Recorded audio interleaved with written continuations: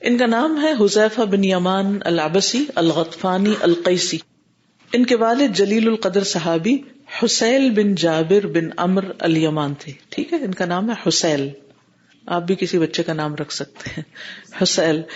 یہ انصار کے قبیلے بنو عبد الاشہل کے حلیف تھے، انصاری تھے. یہ عمار مہاجر تھے اور حذیفہ انصاری تھے. یہ مکہ میں پیدا ہوئے اور مدینہ منورہ میں رہے. 36 ہجری میں مدائن میں وفات پائی. یہ رسول اللہ صلی اللہ علیہ وسلم کے رازدان تھے. وہ منافقین کے بارے میں رسول اللہ صلی اللہ علیہ وسلم کے رازدان تھے. کون کون منافق تھا ان کے ناموں کے بارے میں حضرت حذیفہ کے علاوہ کوئی نہیں جانتا تھا، کسی کو نہیں پتا تھا. ان کو رسول اللہ صلی اللہ علیہ وسلم نے سارے منافقین کی پہچان کرا دی تھی. ان سے عمر رضی اللہ عنہ نے پوچھا تھا کہ بتاؤ، ایک روایت میں آتا ہے نا، بتاؤ میرا نام تو نہیں اس لسٹ میں. وہ 80 لوگوں کا نام تھا نا ان کے پاس. یعنی اتنی پریشانی تھی. حضرت عمر رضی اللہ عنہ ایمان کے کس درجے پر، اور ان کو پریشانی ہے کہ میرے اندر کوئی منافقت تو نہیں. ہم تو کبھی اپنے بارے میں سوچتے ہیں تو بڑے مطمئن رہتے ہیں، ایمان ہے ہمارے اندر بہت. اللہ واقعی ہمیں سچا ایمان نصیب فرمائے. اور انہی سے حضرت عمر نے ایک بار پوچھا تھا کہ میرے عمال میں، یعنی میرے گورنرز جو ہیں یا میرے جو ساتھ کام کرتے ہیں، ان میں سے تو کوئی منافق نہیں؟ انہوں نے کہا ایک ہے. پوچھا کون ہے؟ کہا نہیں بتاؤں گا. کیوں نہیں بتایا؟ کیونکہ نبی صلی اللہ علیہ وسلم نے ان کو راز دیا تھا. یہ اس سے ایک اور بات بھی سیکھنے کو ملتی ہے کہ پتہ ہونے کے باوجود کہ کون شخص کتنا کرپٹ ہے، کتنا برا ہے، کتنا دھوکے باز ہے، کتنا جھوٹا ہے. کیونکہ منافق ایسا ہی ہوتا ہے نا، جو دھوکے باز اور جھوٹا ہوتا ہے، خائن ہوتا ہے اور جھگڑالو ہوتا ہے. جاننے کے باوجود کسی سے ذکر نہیں کیا. کیونکہ برے لوگوں کی برائیاں لوگوں کی مجلسوں میں بیٹھ کر کرنے سے کیا ہوتا ہے؟ تو برائی جو ہوتی ہے نا وہ چھوٹی لگنے لگتی ہے. پھر اچھا فلاں بھی یہ کرتا ہے، فلاں بھی یہ کرتا ہے، چلو ہم بھی کر لیتے ہیں.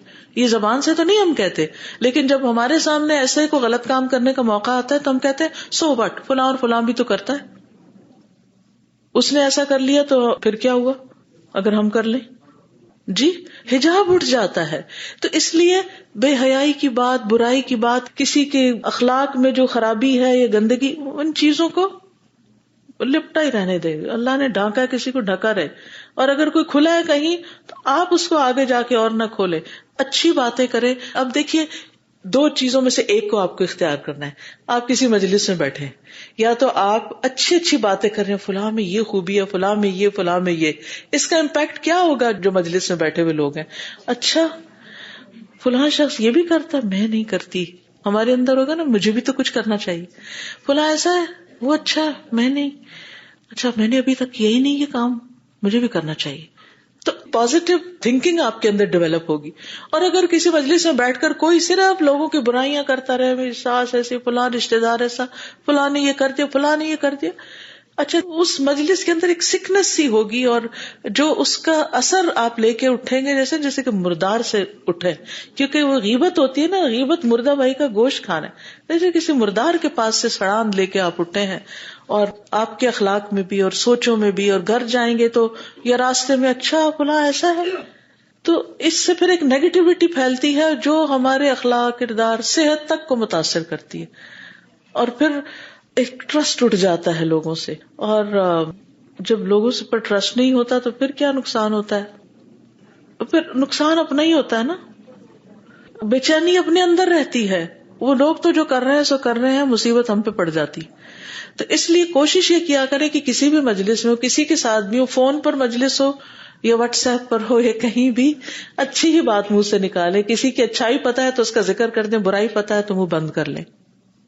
کیا نبی صلی اللہ علیہ وسلم خود سب کو نہیں بتا سکتے تھے؟ اور پھر ہمارے ہاں یہ ہوتا ہے کہ کوئی ہمیں راز دے دینا تو ہم کہتے ہیں اچھا ادھر آؤ، میں ایک بات میں کسی کو نہیں بتانا. اس کو بتائی، اس نے اس کو وہ راز ہی نہیں رہتا. سبحان اللہ، کیسا ایمان تھا ان لوگوں کا. حضرت عمر جیسے پاورفل شخصیت، وہ کہتے ہیں کہ مجھے بتاؤ، تو کہتے ہیں نہیں بتاؤں گا. جو راز ہے وہ راز ہے، کیونکہ راز کی حفاظت بھی امانت میں سے ہے. یہ بھی امانت ہے. اب ہوتا کیا تھا، حضرت عمر بھی بڑے سمجھدار تھے. جب کوئی شخص فوت ہوتا تھا نا تو حضرت عمر اس کے بارے میں حضرت حذیفہ سے پوچھتے تھے. اگر حذیفہ اس کے جنازے میں شریک ہوتے تو حضرت عمر اس کا جنازہ پڑھتے. اگر حذیفہ نہیں شریک ہوتے تو وہ بھی نہیں جاتے تھے اس جنازے میں کہ یہ شخص منافق ہوگا اسی لیے حضرت حذیفہ نہیں. وہ پیچھا کرتے رہتے بھلا یہ کس کے ساتھ کیا معاملہ کرتے ہیں. بہرحال ابراہیم کہتے ہیں کہ علقمہ شام گئے اور مسجد میں داخل ہوتے ہی دعا کی کہ اللہ مجھے نیک ساتھی دے. تو آپ ابو درداء کے پاس جا بیٹھے. ابو درداء نے پوچھا تم کہاں سے ہو؟ کہا کوفہ کا رہنے والا ہوں. اس پر انہوں نے کہا کیا تمہارے درمیان نبی صلی اللہ علیہ وسلم کے رازدار نہیں جن کے سوا کوئی اور وہ راز نہیں جانتا، یعنی حذیفہ؟ تو علقمہ نے کہا ہاں ہمارے ہاں وہ موجود ہیں. ان کی اہم خدمات میں سے یہ کہ حضرت عمر رضی اللہ عنہ نے ان کو مدائن پر معمور کیا تھا. وہ مسلسل وہاں رہے یہاں تک کہ حضرت عثمان کی شہادت کی خبر ملی اور پھر حضرت علی کی بیعت انہوں نے کی اور اس کے 40 دن بعد ان کی وفات ہو گئی تھی. اسی طرح انہوں نے مختلف جنگوں میں حصہ لیا اور پھر یہ ہے کہ اس میں فتوحات بھی حاصل ہوئیں. ان کی فضیلت میں یہ بات آتی ہے کہ نبی صلی اللہ علیہ وسلم نے ان کے لیے اور ان کی والدہ کے لیے دعائیں مغفرت کی تھی. حذیفہ بن یمان کہتے ہیں کہ میں نبی صلی اللہ علیہ وسلم کے پاس آیا، آپ کے ساتھ مغرب کی نماز پڑھی. جب آپ نماز سے فارغ ہوئے تو عشاء تک نفل پڑھتے رہے. کون؟ نبی صلی اللہ علیہ وسلم. مغرب پڑھ کے عشاء تک نفل پڑھتے رہے. یہ آپ کا روز کا معمول تو نہیں تھا، ایک دن آپ پڑھتے رہے. ہماری زندگی میں کوئی ایک دن، صرف ایک دن بھی ایسا گزرا ہے جس میں ہم نے مغرب سے عشاء تک کچھ ایکسٹرا ہی نفل پڑھ رہے ہیں. ہم تو سنت پڑھنے سے بھی جاتے ہیں، نفل کیا پڑھیں گے؟ اور پھر کیا دیتے ہیں وہ عربی لوگ جو ہے نا وہ صرف فرض پڑھتے ہیں. عربیوں کے جو سردار تھے نا ان کی سنت لینا ہے ہم کو، بعد والوں کی نہیں. اصل میں جب اللہ سے محبت بڑھتی ہے نا تو پھر نماز سے محبت بڑھتی ہے، پھر انسان اللہ سے ملاقات چاہتا ہے، پھر انسان لوگوں سے ہٹ کے اللہ سے باتیں کرنا چاہتا ہے، پھر اس کا نوافل میں دل لگتا ہے. تو جتنا جتنا آپ کا نوافل میں دل لگتا ہے نا سمجھے اتنا اتنا ایمان بڑھ رہا ہے اور اتنا اتنا اللہ سے محبت بڑھ رہی ہے، اللہ کی قربت بڑھ رہی ہے. ٹھیک ہے مصروفیت اور کام اور بھاگ دوڑ، کھانا کھلانا بچوں کو، ظاہر مغرب کا وقت ہے سب گھر پہ آئے ہوئے، اب انہیں کھانا کھلانا، اب آپ نوافل نہیں پڑھ سکتے. لیکن کوئی دن ایسا بھی ہوتا ہے کہ جس دن سارے گھر والے کہیں اور چلے جاتے ہیں سیر تفریح پہ یا کسی آؤٹنگ کے لیے، تو آپ اکیلے ہوتے ہیں گھر میں، کوئی نہیں ہوتا دیکھنے والا آپ کو. اب آپ انجوائے کریں، آپ پڑھیں نوافل، آپ کریں اللہ سے باتیں. اور پھر کل بھی میں نے بتایا تھا نا دل کی تنگی ہو، ڈپریشن ہو، پریشانی ہو تو کیا کریں؟ قم من الساجدین، سجدوں کی کثرت کر دیں، خود ہی ٹھیک ہو جائیں گے. مشکل یہ ہوتی ہے کہ جب ہمیں پریشانی ہوتی ہے ہم نماز بھی چھوڑ بیٹھتے، فرض بھی چھوڑ بیٹھتے. کیا ہے دل ہی نہیں لگتا، نماز نہیں پڑھی جاتی. کچھ لوگوں کو یہ بھی میں نے کہتے سنا وہ جب سے یہ ڈپریشن ہو نماز نہیں پڑھی جاتی. وہ ڈپریشن نہیں بہانا نہیں، وہ دل کی کیفیت، وہ دل بند ہونے لگتا ہے نا. بھائی نماز تو اس کا علاج ہے اور شیطان اسی علاج سے دور کر دیتا ہے. ہمارا دشمن ہمیں اور زیادہ اس سے پیچھے کر دیتا ہے.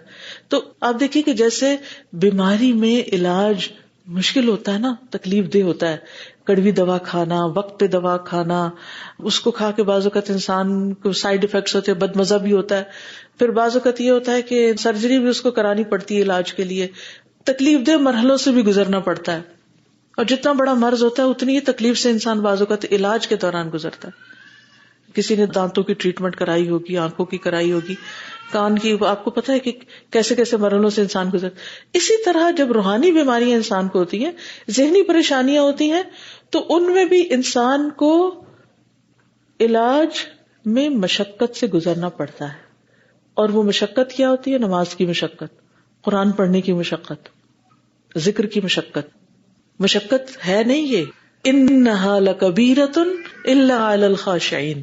خاشعین کے لیے کوئی مشقت نہیں، جو انجوائے کرتے ہیں، ان کی آنکھوں کی ٹھنڈک ہے نماز میں. لیکن دوسروں کے لیے بھاری ہے کیونکہ ابھی ان کا علاج ہو رہا ہے. اور جب وہ ریپیٹڈلی وہ ڈوز لیتے جائیں گے تو کیا ہوگا؟ شفا ہو جائے گی. پھر ایک دن آئے گا کہ ان بیماریوں سے نجات ہوگی اور شفا ہوگی اور انشاءاللہ پھر انجوائے کرنے لگیں گے. پھر اس کو یعنی آپ دیکھیے کہ ایک بیمار جب کھانا کھاتا ہے تو کیا ہوتا ہے؟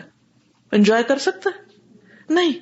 تو اسی طرح جب ہمارا دل بیمار ہوتا ہے نا، وہ اندر کسی نہ کسی قسم کی خرابی ہوتی ہے تو نہ نماز انجوائے کرتے ہیں، نہ ذکر، نہ قرآن، ایسی مجلسوں پہ دل نہیں لگتا. لیکن جب ایمان بڑھتا ہے تو پھر اس میں دل لگنا شروع ہو جاتا ہے، پھر وہ اس کا مزہ آنے لگتا ہے. آپ دیکھیے کہ اگر انسان صحت مند ہو نا، معمولی سے معمولی چیز بھی آپ کھائیں نا تو آپ کو کھا کے مزہ آ جاتا ہے. بعض لوگ ہوتے ہیں نا سمپل سی کوئی چیز پانی پی کے بھی کہتے ہیں الحمدللہ مزہ آ گیا، اور کچھ لوگ پانی پی کے کہتے ہیں پتہ نہیں کڑوا ہے پانی، یہ لگتا ہے یہ کوئی برانڈ بدل گئی ہے، انہوں نے کوئی گڑبڑ کر دی ہے. اس میں نہیں گڑبڑ ہوئی، گڑبڑ ہمارے اندر ہو چکی ہے. تو اس لیے بہت ضروری ہے کہ ہم اپنی بیماریوں پر نظر کریں. ہم جسمانی بیماریوں کی تو فکر کرتے رہتے ہیں لیکن دلوں کی بیماریاں ان کی فکر نہیں کر رہے. اسی لیے ہمارا عبادت میں، خیر کے کاموں میں، نیکی کے کاموں میں دل نہیں لگتا. اور اگر لگ رہا ہے اور بڑھ رہا ہے تو اس پر خوش ہو جائیے کہ الحمدللہ اللہ نے توفیق دی. بہرحال نبی صلی اللہ علیہ وسلم عشاء تک نماز پڑھتے رہے، بیٹھے رہے، انتظار کرتے رہے. کہتے ہیں جب نکلے آپ تو میں بھی آپ کے پیچھے چلا گیا. انہوں نے یہ نہیں کیا کہ وہ نفل پڑھے ہوں، یہ جا کے پاس بیٹھ گئے ہوں کہ ان کی نماز خراب کرے. کیونکہ بعض اوقات ایسا ہوتا ہے نا، آپ سنت پڑھ رہے ہوتے ہیں، تسبیح کر رہے ہوتے ہیں، لوگ پاس آ کے کھڑے ہو جاتے ہیں. اب آپ ادھر توجہ کریں یا اللہ کی طرف کریں، ذکر کریں یا نہ کریں. گھر میں کیا ہوتا ہے، بچے اور گھر والے، اور باہر آ کے پڑھتے ہیں تو آپ ساتھ ہی ادھر ادھر کے لوگ، وہ تو سمجھ ہی نہیں آتی انسان کس وقت پھر ذکر کی طرف توجہ کرے. تو نماز کے بعد خود بھی نوافل سنتوں کی طرف توجہ کیا کیجئے، تسبیحات پڑھا کیجئے، دعا کیا کیجئے. قبولیت کے وقت ہوتے ہیں اور دوسروں کو بھی کرنے دیجئے. جب کوئی نماز پڑھ کے اٹھ کے فارغ ہو کے چلنے لگے تو پھر آپ کو کوئی کام کرنا ہے، پوچھنا ہے کوئی سوال مسئلہ تو آپ پوچھ لیجئے. لوگوں کو ان کی نماز میں، ذکر میں، تسبیحات میں ڈسٹرب نہ کریں، کیونکہ وہ کر رہے ہیں تو آپ بھی اتنی دیر کر لیجئے. بجائے اس کے کہ آپ کسی کے سر پہ سوار ہو کے کھڑے ہو جائیں کہ یہ جب کب ختم کرے تو میں جلدی سے اپنا سوال کروں. نہیں، اتنی دیر آپ بھی ذکر کریں. ہو سکتا ہے کہ اس ذکر اور اس دعا میں آپ کا وہ مسئلہ ہی حل ہو جائے جو آپ کسی سے پوچھنے کے لیے جا رہے ہیں، کیونکہ اصل مسائل کا حل تو اللہ کے پاس ہے. بہرحال اب ہوا یہ کہ یہ پیچھے چلے گئے. آپ نے پوچھا کون ہے، کیونکہ اندھیرا تھا نا، مسجد نبوی کے اندر بھی چراغ نہیں جلتا تھا، اندھیرا تھا. میں نے کہا حذیفہ. آپ نے فرمایا اللہم اغفر لحذیفہ و امہ، اے اللہ حذیفہ اور اس کی ماں کو بخش دے. نبی صلی اللہ علیہ وسلم کی ایک خاص جو بہت ہی پیاری عادت ہے وہ یہ کہ اپنے ساتھیوں کو جگہ جگہ دعائیں دیتے ہیں. ہم لوگ ایک دوسرے کو دعا نہیں دیتے. یہاں سسٹر امیرہ کی ایک بات مجھے بہت اچھی لگتی ہے، جب ملتی ہے تو کہتی ہے اللہم اجمعنا فی جنت الفردوس، اللہ ہمیں جنت الفردوس میں جمع کرنا، اکٹھا کرنا. جب کرے سلام کریں گی، دعا دیں گی، اتنا دل خوش ہو جاتا ہے. لیکن ہم سوچتے ہی رہ جاتے ہیں اچھا کسی کو دعا دیں، وہ نہیں، وہ تو بوڑھے بزرگ دیتے ہیں، ہم تو ابھی ینگ ہیں. کیونکہ ہمارے کلچر میں یہی چیز ہے نا، ایک دوسرے کو دعا دینے کی عادت نہیں ہے، طریقہ نہیں. اس سنت کو اصل میں ہم نے اختیار نہیں کیا، یہ نبی صلی اللہ علیہ وسلم کی سنت تھی لیکن پریکٹس ہی نہیں ہوئی ہماری. بچوں کو بھی چھوٹی چھوٹی باتوں پہ ہمیں دعائیں دینی چاہیے بجائے اس کے کہ ہم ان کو ناراض ہو کے بد دعا دیں. حضرت عمر رضی اللہ تعالیٰ عنہ بھی ان کو بہت مقام دیتے تھے. ان سے روایت ہے کہ انہوں نے اپنے ساتھیوں سے کہا کہ کوئی خواہش کرو. ایک دفعہ حضرت عمر اپنے ساتھیوں کے ساتھ بیٹھے ہوئے تھے ایک مجلس میں، کہا کہ اچھا اپنے کوئی ڈیزائر، کوئی تمنا، کوئی اپنی ڈریم بتاؤ، تم کیا چاہتے ہو. ان میں سے کسی نے کہا میری خواہش ہے کاش یہ گھر سونے سے بھرا ہو. سچے لوگ تھے نا، جو دل میں تھا بول دیا. ہمارے دل میں بھی ہو تو ہم زبان سے نہیں کہیں گے کہ ہائے لوگ کیا کہیں گے، یہ کتنا لالچی ہے، یہ سوچتا ہے کہ یہ سونے کا گھر مل جائے مجھ کو. لیکن انہوں نے سونے کا گھر کس لیے مانگا؟ کہا میں اسے اللہ کے راستے میں خرچ کروں اور صدقہ کروں. یہ تھی ان کی خواہشات، یعنی دنیا کا مال نہیں چاہتے تھے لیکن اللہ کے راستے میں خرچ کرنے کے. ایک اور شخص نے کہا میری خواہش ہے کاش یہ گھر جواہرات سے بھرا ہو، میں اسے اللہ کے راستے میں خرچ کروں اور صدقہ کروں. پھر حضرت عمر نے کہا اور خواہش کرو، تو انہوں نے کہا امیر المومنین نے ہمیں نہیں پتا اب ہم کیا خواہش کریں. حضرت عمر نے کہا میری خواہش یہ ہے کاش یہ گھر ابو عبیدہ بن جراح، معاذ بن جبل، سالم مولا ابو حذیفہ اور حذیفہ بن یمان جیسے مردوں سے بھرا ہوا ہو. یعنی ایسے لوگ اللہ مجھے دے، کیونکہ جتنے اچھے اچھے لوگ ہوتے ہیں اتنا ہی پھر یعنی قوم و ملک اور دین ترقی کرتا ہے، ہر چیز آگے بڑھتی ہے. یعنی کام کرنے والے لوگ. غزوات میں سے یہ غزوہ بدر میں شریک نہیں ہو سکے تھے کیونکہ کسی کام سے باہر نکلے ہوئے تھے اپنے والد کے ساتھ. تو کفار قریش نے ان کو پکڑ لیا، کہا تم محمد کے پاس جانا چاہتے ہو صلی اللہ علیہ وسلم. ہم نے کہا نہیں، ہم تو مدینہ جانا چاہتے ہیں. تو انہوں نے ہم سے اللہ کا وعدہ اور میثاق لیا کہ ہم مدینہ جائیں گے اور آپ کے ساتھ مل کے جنگ نہیں کریں گے. کہتے پھر ہم حضور صلی اللہ علیہ وسلم کے پاس حاضر ہوئے آپ کی خدمت میں اور آپ کو اس واقعے کی خبر دی. تو آپ نے فرمایا تم دونوں واپس چلے جاؤ، ہم ان کے معاہدے کو پورا کریں گے. اور اللہ سے ان کے خلاف مدد مانگیں گے. سبحان اللہ، کیا اخلاق تھا آپ کا. 313 لوگ تھے، اتنے تھوڑے لوگ، 2 اور آ رہے ہیں، لیکن انہوں نے وعدہ کر لیا مشرکین سے کہ ہم جنگ میں شرکت نہیں کریں گے. تو آپ نے فرمایا واپس چلے جاؤ، تم شرکت نہیں کر سکتے. وعدہ بھی کس سے تھا؟ مشرکین سے تھا. کہ وعدے کی پابندی کیا چیز ہے. غزوہ احد میں ان کے والد کی شہادت ہو گئی تھی اور وہ مسلمانوں کے ہاتھوں ہو گئی تھی. حضرت عائشہ کہتی ہیں کہ احد کی لڑائی میں جب مشرکین ہار چکے تو ابلیس نے چلا کے کہا، اے اللہ کے بندو، پیچھے والوں کو قتل کرو. چنانچہ آگے کے مسلمان پیچھے والوں پہ پلٹ پڑے اور انہیں مارنا شروع کر دیا. حذیفہ رضی اللہ عنہ نے دیکھا تو ان کے والد بھی وہیں موجود تھے. انہوں نے پکار کر کہا، اے اللہ کے بندو، یہ تو میرے والد ہیں، میرے والد. حضرت عائشہ کہتی ہیں کہ اللہ کی قسم اس وقت تک لوگ وہاں سے نہیں ہٹے جب تک انہیں قتل نہ، کیونکہ وہ اتنا بلوا ہو گیا تھا، ایسی یعنی افراتفری ہو گئی تھی کہ کچھ سمجھ ہی نہیں آئی. حذیفہ نے صرف اتنا کہا، اللہ تمہاری مغفرت کرے. انہی کے ساتھیوں نے باپ کو شہید کر دیا تھا غلطی سے، کہنے لگے اللہ تمہاری بخشش کر دے کہ تم سے غلطی ہو گئی.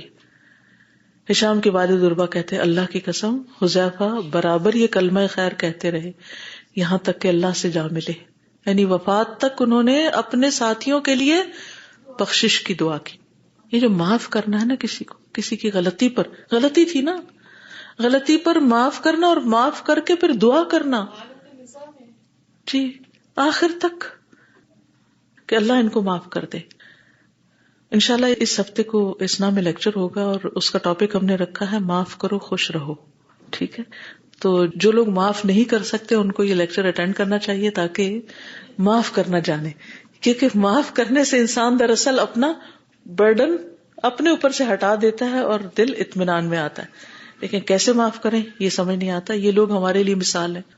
وہ منع کر رہے ہیں، دیکھو میرا باپ ہے نہیں مارو اس کو، لیکن وہ جب ایک چیز چل پڑتی ہے تو پھر وہ کہتے ہیں نا جب پہیا چل پڑتا ہے تو پھر اس کو بعض اوقات روکنا مشکل ہو جاتا ہے. تو یہ کلمہ خیر پھر اپنے ساتھیوں کے لیے کہتے رہے. اس سے بڑا کوئی کسی کو صدمہ پہنچا سکتا ہے، اس سے بڑا کوئی کسی کو دکھ دے سکتا ہے، لیکن بہرحال تھی غلطی. اسی طرح یہ خندق کے موقع پر بھی ان کا کردار بہت زبردست ہے. حذیفہ بن یمان کہتے ہیں کہ ہم نے خندق کے موقع پر رسول اللہ صلی اللہ علیہ وسلم کے ساتھ دیکھا کہ رسول اللہ صلی اللہ علیہ وسلم نے رات کی تاریکی میں عشاء کی نماز پڑھائی، پھر ہماری طرف متوجہ ہو کر فرمایا، کون ہے وہ آدمی جو ہمارے لیے اٹھے اور جا کر دیکھ آئے کہ لوگوں نے کیا کیا، پھر وہ واپس آ جائے. اور رسول اللہ صلی اللہ علیہ وسلم نے اس کے واپس آ جانے کا وعدہ کیا اور کہا اللہ اسے جنت میں داخل کرے، لیکن کوئی کھڑا نہ ہوا. رات کا کچھ حصہ گزرنے کے بعد آپ نے دوبارہ نماز پڑھائی، پھر آپ متوجہ ہوئے ہماری طرف، پھر وہی بات فرمائی، کون ہے وہ آدمی جو ہمارے لیے اٹھے اور جا کر دیکھ آئے کہ لوگوں نے کیا کیا.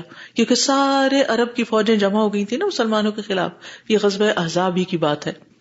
اور رسول اللہ صلی اللہ علیہ وسلم نے اس کے واپس آ جانے کا وعدہ کیا کہ جس کو میں بھیجوں گا وہ واپس آئے گا، اس کو کوئی نہیں پکڑے گا. اور اللہ سے میں سوال کرتا ہوں کہ وہ جنت میں میرا رفیق ہو.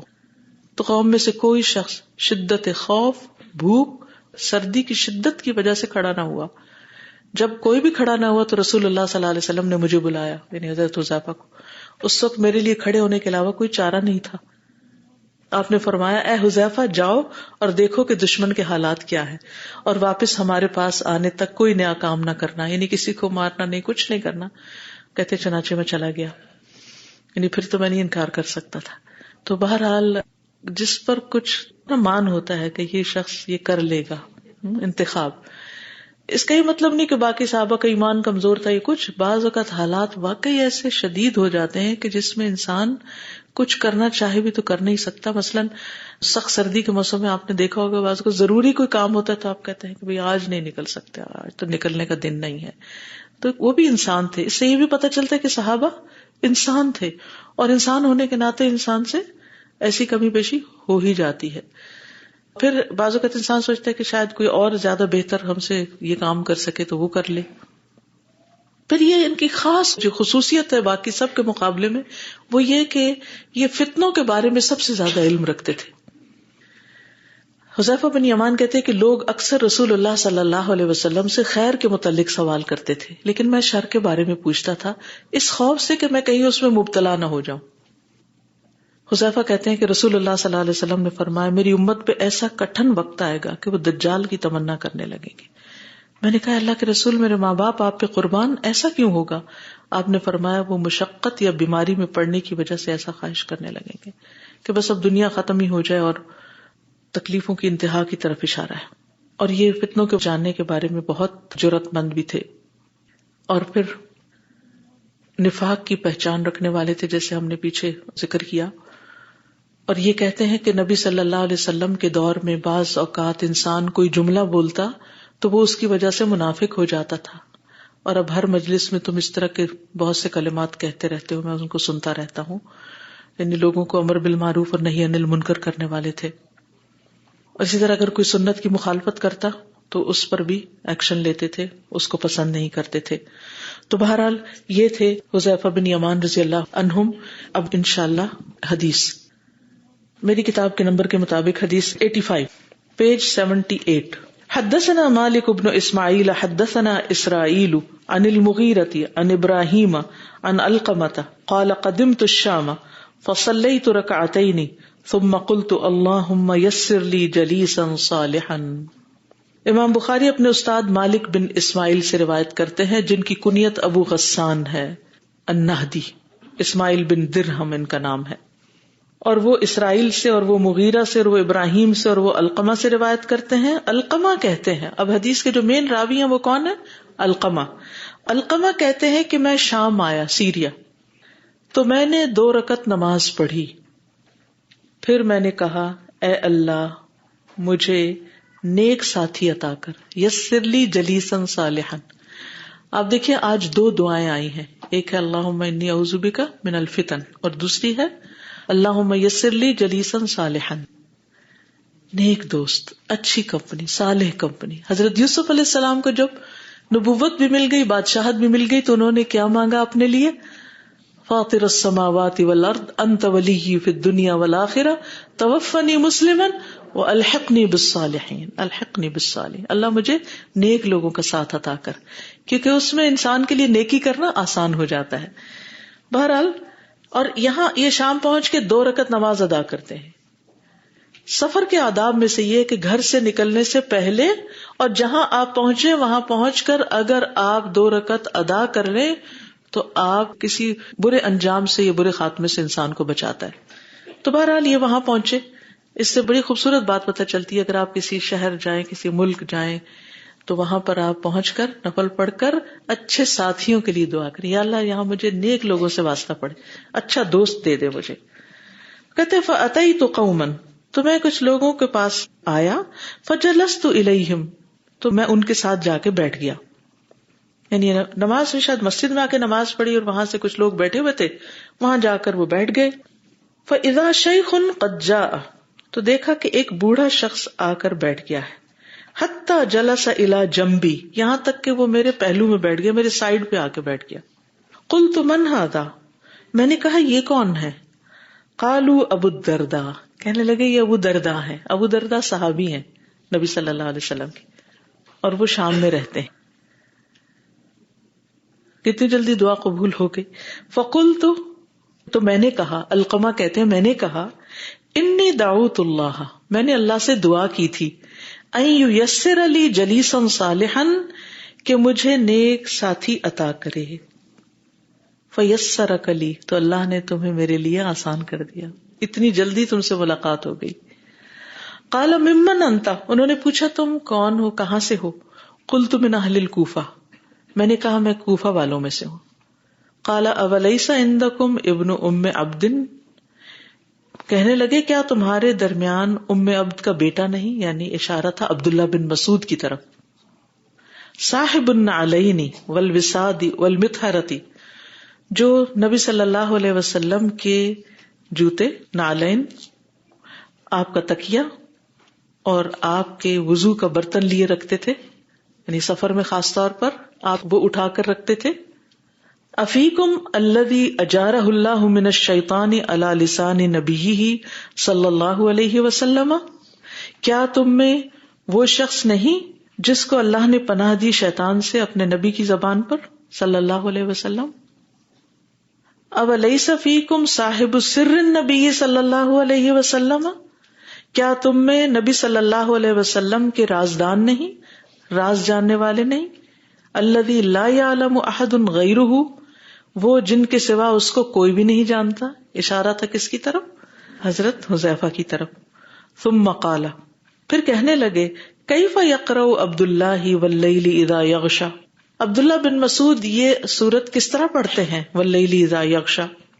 فقرأت علیہ، تو میں نے ان کو پڑھ کے سنائی، کیونکہ عبداللہ بن مسعود کوفہ میں تھے.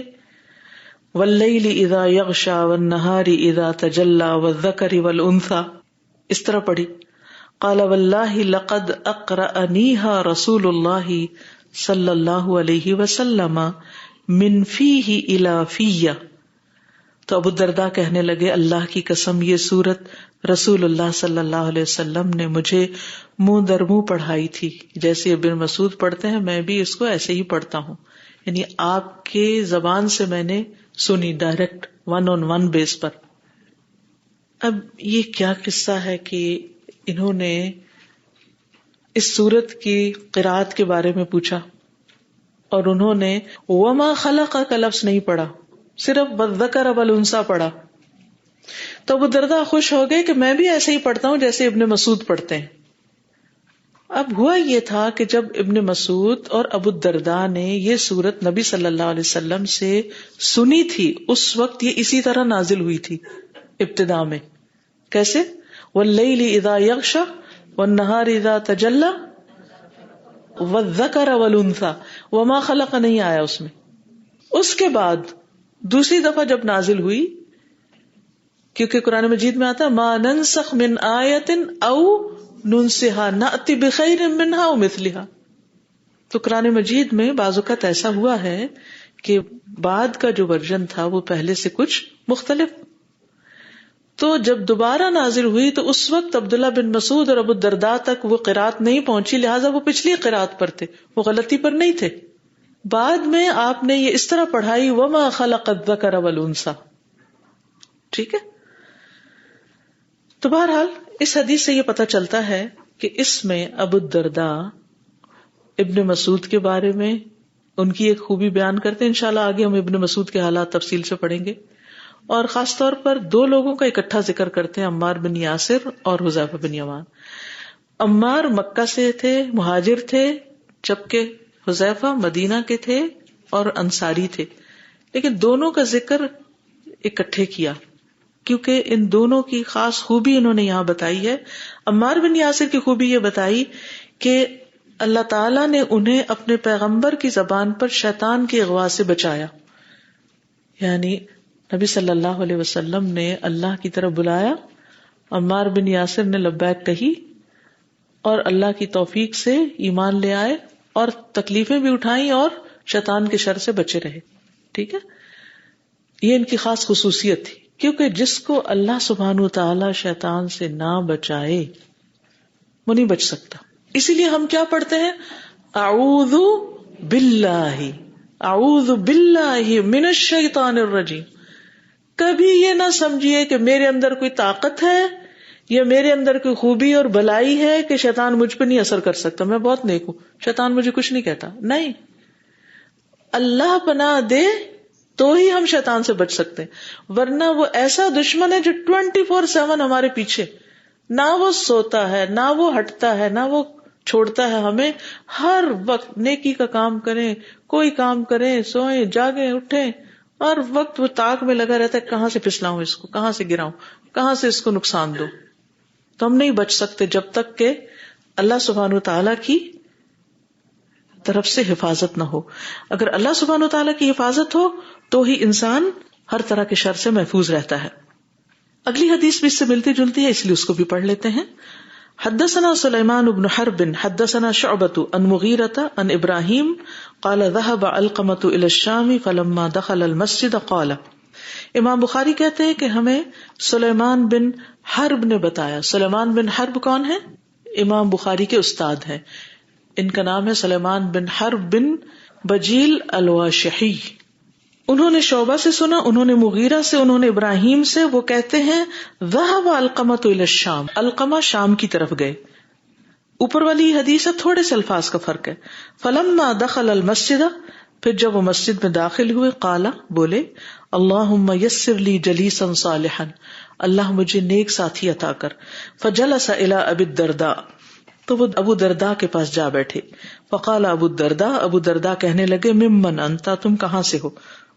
قال من اہل الکوفہ، بولے میں اہل کوفہ میں سے ہوں. قال الیس فیکم او منکم صاحب السر الذی لا یعلمہ غیرہ، کہ کیا تم میں یا تم میں سے وہ رازدان نہیں، یعنی صاحب السر راز والا، الذی وہ راز جو لا یعلمہ غیرہ اس کے سوا کسی کو معلوم نہیں، یعنی حذیفہ. قال قلت بلا، تو انہوں نے کہا علقمہ نے کیوں نہیں، جی ہاں. قال الیس فیکم او منکم الذی اجارہ اللہ علی لسان نبی صلی اللہ علیہ وسلم، کیا تم میں سے یا تم میں وہ نہیں جس کو اللہ نے اپنے نبی صلی اللہ علیہ وسلم کی زبان سے شیطان سے پناہ دی، یعنی من الشیطان، یعنی عمارن، یعنی شیطان سے بچایا، یعنی عمار کی طرف اشارہ تھا. قلت بلا، میں نے کہا جی ہاں. قال الیس فیکم او منکم صاحب السواک او السراری، کیا تم میں وہ یعنی نبی صلی اللہ علیہ وسلم کے ساتھیوں میں سے عبداللہ بن مسعود نہیں کہ جو آپ کی مسواک یا تکیہ رکھتے تھے یا راز سے واقف تھے، یعنی سرار کا معنی تکیہ اور راز دونوں کیا گیا ہے. قال بلا، کہا کیوں نہیں.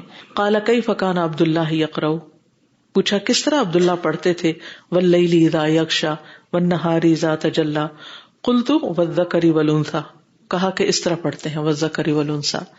قال ما زال بی ہؤلاء، کہنے لگے کہ یہ لوگ میرے پیچھے رہے، حتی کادوا یستنزلوننی عن شیء، یہاں تک کہ یہ مجھے ہٹا دیتے اس چیز سے سمعتہ من رسول اللہ صلی اللہ علیہ وسلم، جس طرح میں نے اس کو رسول اللہ صلی اللہ علیہ وسلم سے سنا تھا. ٹھیک ہے، تو اس سے پتہ یہ چلتا ہے کہ حضرت ابو الدرداء جو تھے وہ بھی رسول اللہ صلی اللہ علیہ وسلم کی بتائی ہوئی بات کو مضبوطی سے پکڑے تھے، اگرچہ اس کے بعد دوسری ایک بات اور آ گئی تھی. اس سے بڑی اہم بات ہمیں پتہ چلتی ہے. آپ نے دیکھا ہوگا کہ بعض اوقات دین کے کسی مسئلے میں ایک ہی بات میں دو طرح کی رائے ہوتی. ایک کہتا ہے ایسے کرنا چاہیے، دوسرا کہتا ہے ایسے کرنا چاہیے. دونوں کے پاس اپنی اپنی دلیل ہوتی. دونوں میں سے ہوتا تو کوئی ایک ہی صحیح ہے، لیکن دوسرے کو بھی غلط نہیں کہہ سکتے. ایک کے صحیح ہونے کا مطلب دوسرے کا غلط ہونا نہیں. دوسرا اپنی جگہ صحیح ہوتا ہے، لیکن اس کے پاس لیٹسٹ یا صحیح ترین انفارمیشن نہیں ہوتی، لہٰذا وہ پچھلی ہی بات پر چل رہا ہوتا ہے. اس میں یہ جو اس طرح کا اختلاف ہے، علمی اختلاف، بعض اوقات فقہی اختلاف، اس سے پریشان نہیں ہونا چاہیے. اس سے انسان کو نئی باتیں سیکھنے کا موقع ملتا ہے.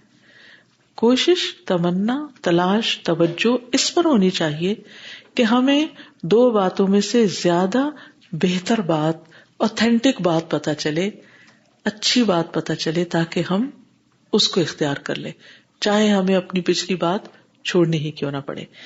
بہرحال اس روایت میں بھی ہم دیکھتے ہیں، چونکہ ملتی جلتی پچھلی سے، اس میں بھی انہی دو خوبیوں کا ذکر کیا گیا، دو صحابہ کی، جس کا ذکر پیچھے کیا گیا ہے. اللہ تعالیٰ سے دعا ہے کہ اللہ تعالیٰ ہمیں عمل کی توفیق عطا فرمائے. I'm sorry 3 منٹ آپ کے اوپر ہو گئے، لیکن انشاءاللہ اللہ تعالیٰ اس وقت میں برکت ڈالے گا.